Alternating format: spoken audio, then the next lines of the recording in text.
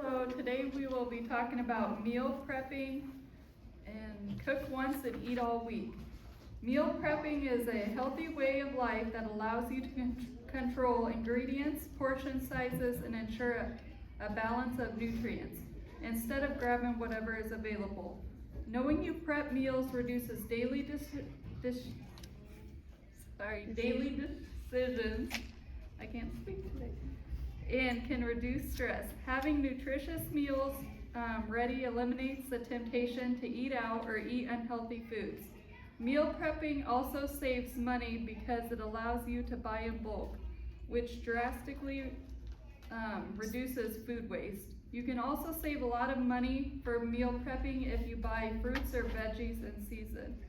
You also can save time by prepping your meals all at once instead of doing it every single day. Some tips about meal prepping is let the cooked foods cool to the point that you can handle them with your bare hands before you put them in the fridge. Also, don't let them sit on the counter for too long. Mark your stored meals or prep components with the dates on which you made them. Use airtight containers for storing food. If you put it into a freezer bag, let out the air before you seal it. The Bible supports meal prepping as a form of wisdom, diligence, and stewardship. Proverbs 6:6-8 talks about how Joseph stored food.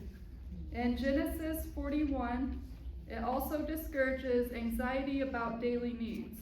So we shouldn't just worry about what we're going to eat for the day. But in Proverbs 10:5, it states, "He who gathers crops in summer is a prudent son," suggesting that food preparation when it is available is wise. And also the Proverbs 31 woman is described as rising early to provide food for her household, acting as a model for planning and preparation. In Exodus 16:23, it gives instruction to gather double the manna. And then I was going to have you say what manna is, in case anybody doesn't know. So manna is a substance that God provided for the Israelites in the desert, and they were supposed to gather it at specific times. They were not allowed to get more or beyond what they needed because it would have spoiled the next day. And they were only allowed to get extra for Sabbath. So basically they gathered extra for that because you're not supposed to work on a Sabbath. And so that's what manna is. Thank you. Alright, so also while preparation is encouraged, it should not be driven by fear or lack of faith. Jesus teaches us that God provides, so planning should be done with trust and not anxious worry. And you can also find that in Matthew 6:25-34. I wanted to talk some about this paper that we have. This is more for if you, so there's multiple ways of doing meal prepping. You gotta kind of find what's easiest for you. This one is more about if you cook once, like some people take like one whole day and cook their entire meals for that week. And this tells you how long things can be stored in the fridge and freezer for with that. So for myself, I don't do it that way. For me, meal prepping starts with, okay, you have to look in your pantry, see what you have. Then you make a meal plan. I generally do about 4 or 5 dinners in a meal plan. And then from there is where I make the grocery list on whatever I need to make the meals that I decided on for that week. And what I do that helps me is because I don't have like one whole day that I can meal prep everything. So what I do is, okay, say on Monday I have time to cook dinner, right? I will make double and put it in the fridge or the freezer. Like say Tuesday I have time again, I will do that again. And then like Wednesdays I don't have a lot of time to cook, so generally that's when we would use those leftovers. Wednesdays, Thursdays, busy sports days. A lot of moms struggle with that, and dads too, but So that's how I do it. I'll just make double, and that's easier for me because it cuts down the cooking time as well, and dishes too, because nobody likes those. But, and then say one meal needs an onion chopped. Instead of just doing half the onion, you're gonna do the whole one and stick the rest in the freezer. You gotta date it so you know how long it's been in there. But it really cuts down on the time, and it helps you eat healthier so you're not eating out, and it saves you money, and it saves you a lot of time and effort. And so that's one way that I'll do that, and then have like extra in the freezer. Say, I don't know, I want to cook a breakfast on a Saturday morning or something. I just do double and then stick the rest in the freezer, so that by the next time, you know, I'm rushing and don't have time to, I just have something already made. And that's what makes it easier for me. With that, if you garden and stuff too, another way to do that is when you're harvesting things, you can always dice them, prep it, and put it in the freezer then in the specific amounts you're gonna need. And then it's so fast to make your meals. It's an easy way to be able to make things homemade. So for me, for meal prepping, I do it a little differently because I work weekends, so I pretty much have to set aside a day to be able to make a meal or two. So I will just I will kind of gather ingredients, what I have in my pantry, and I put it together. So let's say I will cook rice, vegetables, and some form of meat, and then I'll just combine it. So, or mashed potatoes, some kind of meat. It's like a shepherd's pie without the pie. I can't remember what other ingredients. But I'll make it in like large quantities. Like I'll use my Instapot, that can hold quite a bit, so I'll fill it up. Or crock pot, just really depends. Or I have cast irons that are pretty big size, so I'll fill that up as well too, depending on what I'm making. And then once it's made, I will obviously eat what I want that night, and then I'll let the stuff cool, and then I'll divide it up into freezer bags, quart size, and I'll measure it, I'll date it, put what it is, and then I'll just throw it in the freezer. So by the time, I'll have like multiple different meals that I will have, so I have different options, because with the work schedule I have, I pretty much have to bring my food, and so that it allows me to be able to eat properly and not spend money on going out to eat, or well, not going out to eat, but more like no, the cafeteria's closed on Saturday, Sunday. Nope, door dashing. I don't even have DoorDash, but it prevents me from doing that. And so I do that at least once a week, and then I have like pretty much a large stockpile of freezer foods in baggies. And I know you're supposed to put in glass, what do you call it? Containers? Yes, thank you, containers. Can I say something real quick about that? Sorry to interrupt you, I was gonna say, if you wanna put it in a freezer bag without it touching the plastics, you can line it with parchment paper before you stick it in the bag. I did not know that. Okay, we do start doing that. Yeah. Because I'm sure my food, you know, it's just me, so obviously, I kind of, basically, I make sure I label it, what it is, and, so I can tailor my food to what I like, I guess, and so then I have like an overabundance, like at least a year's worth, so it lasts me a while, and then I just keep kind of making stuff and keep putting stuff, and you kind of rotate it, so it's like a rotating pantry, it's like a rotating freezer. So, and that way it saves me a lot of money. I still go to the grocery store and buy like fruits and veggies, like the basic stuff that I always use, and then the produce. But everything else, I will just have my meals. It's just so much easier. So, that's what I do. Well, for me, I love my Instapot. If I don't wanna have two of the same meals, I'll have my Instapot going, cause you just throw everything in there and turn it on. And then I cook my other meal at the same time. And then when it cools down, I can put it away and there's the other meal done. But Instapots are really awesome, like you don't, even if you don't do something like that, you can put in a whole chicken, which is cheaper than parts of chicken. Turn it on with all the little, rosemary and fixings and things you wanna, make with your whole chicken, and then give the kids a bath. Get them prepped for bed before they eat dinner, and by the time you're done giving them baths and putting them in their jammies, dinner's done.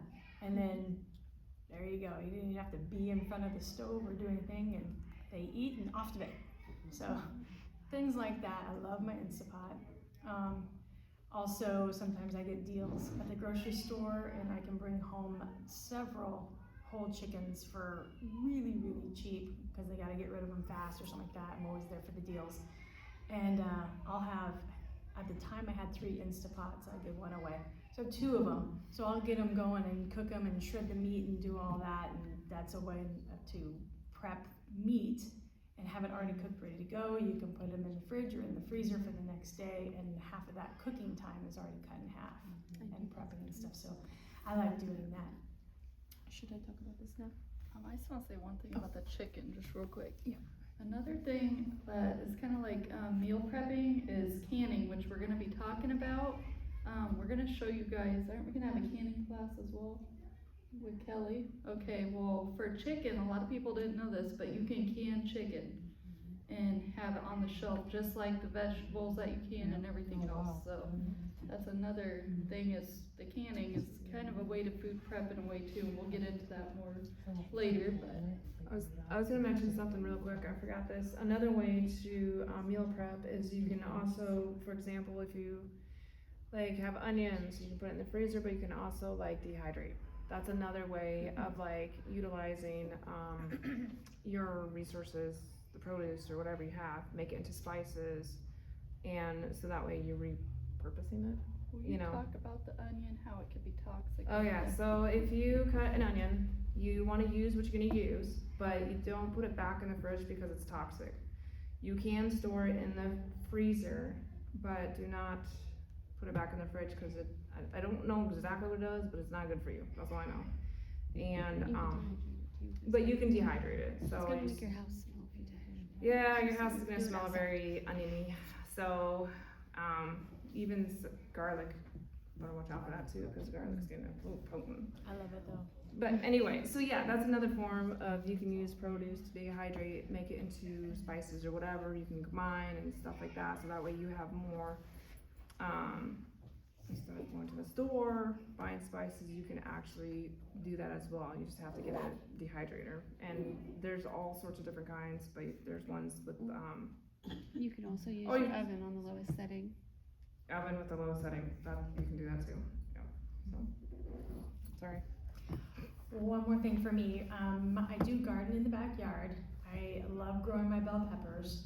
Sometimes I have a super large abundance, so what I do, I will cut some of them up, usually the green ones, in small little bits of sizes that you like and the strips that you like. So if you're gonna have fajitas, you probably wanna do them in the long strips, but I don't like that, so I don't.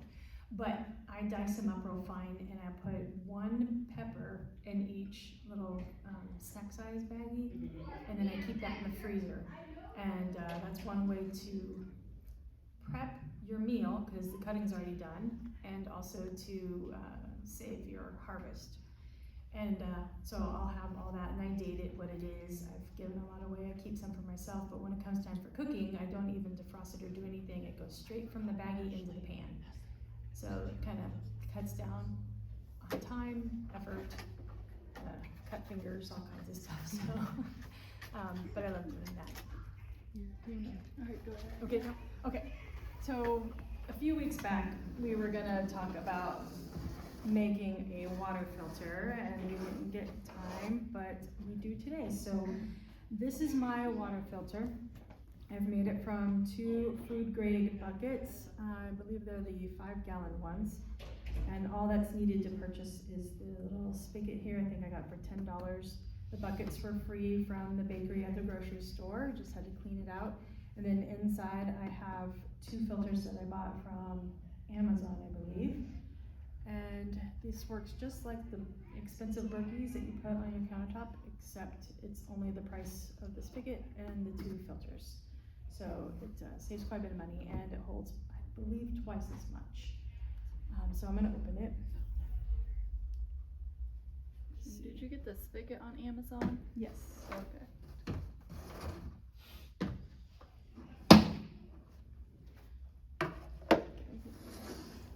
So this is where you would put the water. And there are the 2 filters.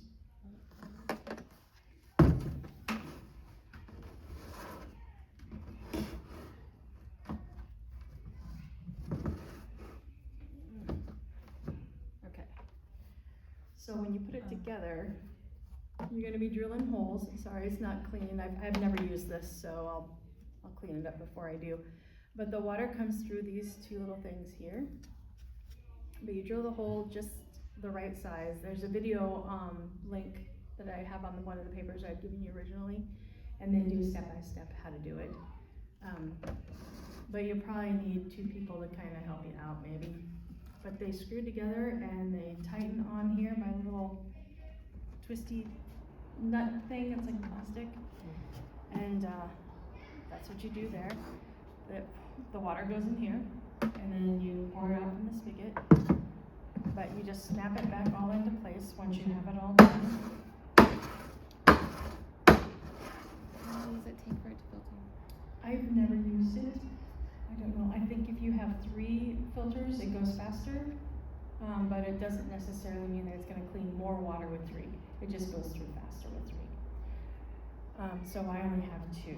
But the first time you use it, you want to fill it up with water, let it go through, and then discard that water. Then the second round you can drink.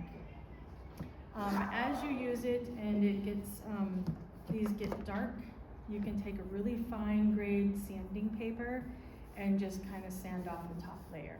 And that extends the life of your filter. What all does the filters filter out? Well, you can get water like, if it's an emergency, rainwater or lake water, streams, things like that. But if you do that, definitely put like an old t-shirt or something like that, cheesecloth, whatever you've got to filter out any debris and things like the bigger stuff as much as you can. And then the water goes in, and then it should filter out just fine. Yeah. Is that what the question was? Yeah. What is it? How long does it stay in how long does the water, the drinkable water, can you leave it in that bucket? Yeah, that's what I was gonna Can you leave the drinkable water in the bucket? Yes, you can. But like any water, it can go stale, so you want to use it up, you know. I don't want to say like you have to use it fast, but don't let it sit for, 6 months or something like that, because it could get something in here like how I showed you inside, and there was like ick that needed to be washed out. It's because when I got these buckets, they were rinsed out of the food that was inside, but it wasn't like sanitized or anything like that. I just kind of like threw it all together.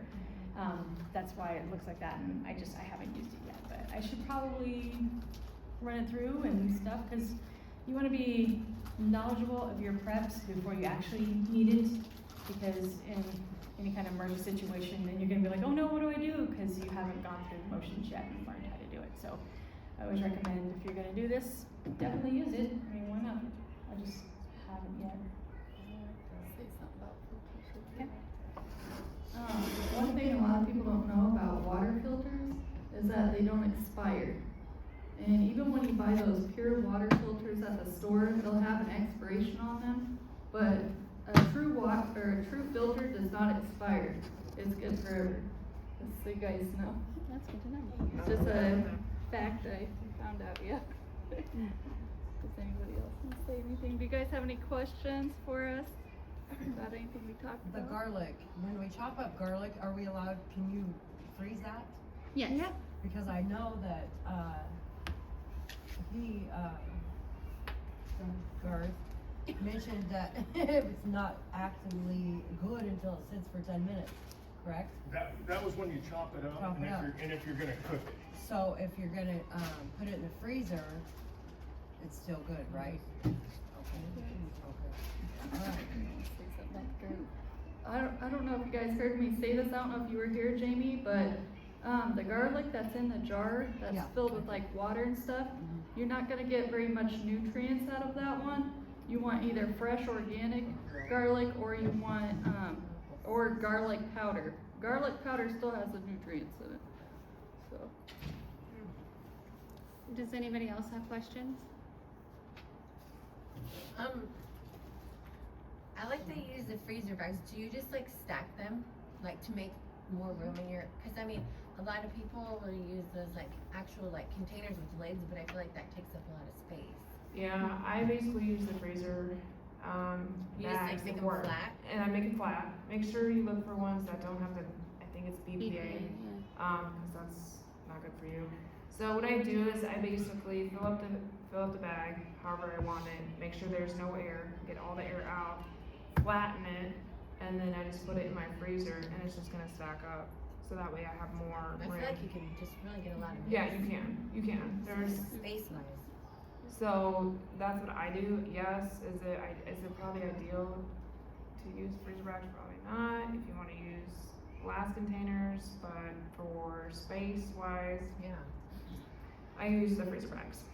Just because. that's go ahead. probably what I do. Yeah. When I buy hamburger in bulk, or if I'm gifted any of those tubes, the small tubes, I don't put them in the freezer in the big tubes because it takes forever to defrost. So I will put them in a sandwich baggie, Ziploc one, and then I smash it flat, try to get all the air out I can, and then I also date it. And then those stack up like that, but they also defrost super quickly in comparison to a big round tube or something like that. So there's also some reusable sandwich freezer bags. Yeah, I know I bought some from like Target and stuff, and you can wash them and reuse them, which helps save money in the long run. My grandma never The threw other thing away I like the- that is that you said you need double meals. Like, how smart is that? Just because it's like that will save time because you're already cooking. Yeah, and Yeah. usually I just do a lot of times one pot meals, like recipes, and just make it double. So then you only have to wash And one. you can just eat it another day Yeah, it reduces dishes too. for your meal prep. You actually learned it It's from really me. smart. Yeah. Yeah. I mean, so I don't like being in the kitchen, I'll be honest. So I try to find ways to make sure the food I make is in bigger bulk. It just makes more sense, because I don't want to spend 7 hours, like on Monday, or whatever, cooking. I don't like doing that, that's just not me. And so I try to find ways to just like, I mean, for me, I can at least get like 6 quart bags full of food, like one meal, or whatever I cook. And then that way, that adds up pretty quickly with different meals. So I can pull out what I want, what sounds good or whatever. And so that way it just saves time. And then if I'm like, oh, I don't have anything to eat, no, that's not true. I just have to pull it out of the freezer and then I'll eat it. So. Any more questions? Well, it sounds like I got a good idea of what to do now. Double the meal, Yep. put it in a freezer bag, Yep. and make a whole bunch of them. Make sure you label it, I'll and date label it. them. And then you just rotate, so that way. Oh yeah, it rotates, so then it's like a new meal. Yeah, Yep. and it doesn't go bad. Yeah. Yep. Another thing, since we're talking about canning, a lot of people think that tomatoes need blanched before you put them in the freezer, but you can just stick the tomatoes themselves straight into a freezer bag in the freezer, and they still last just as long. But when you take them out, they're gonna be mushy, but if you're using them for a pasta sauce or anything like that, they're still good. You do wanna, and the skin is just a little bit bitter, so you do kinda wanna take the skin out of that, so, but you don't have to necessarily. Anybody? I think we're good. Alright, thank you everyone Amen. for coming to our class.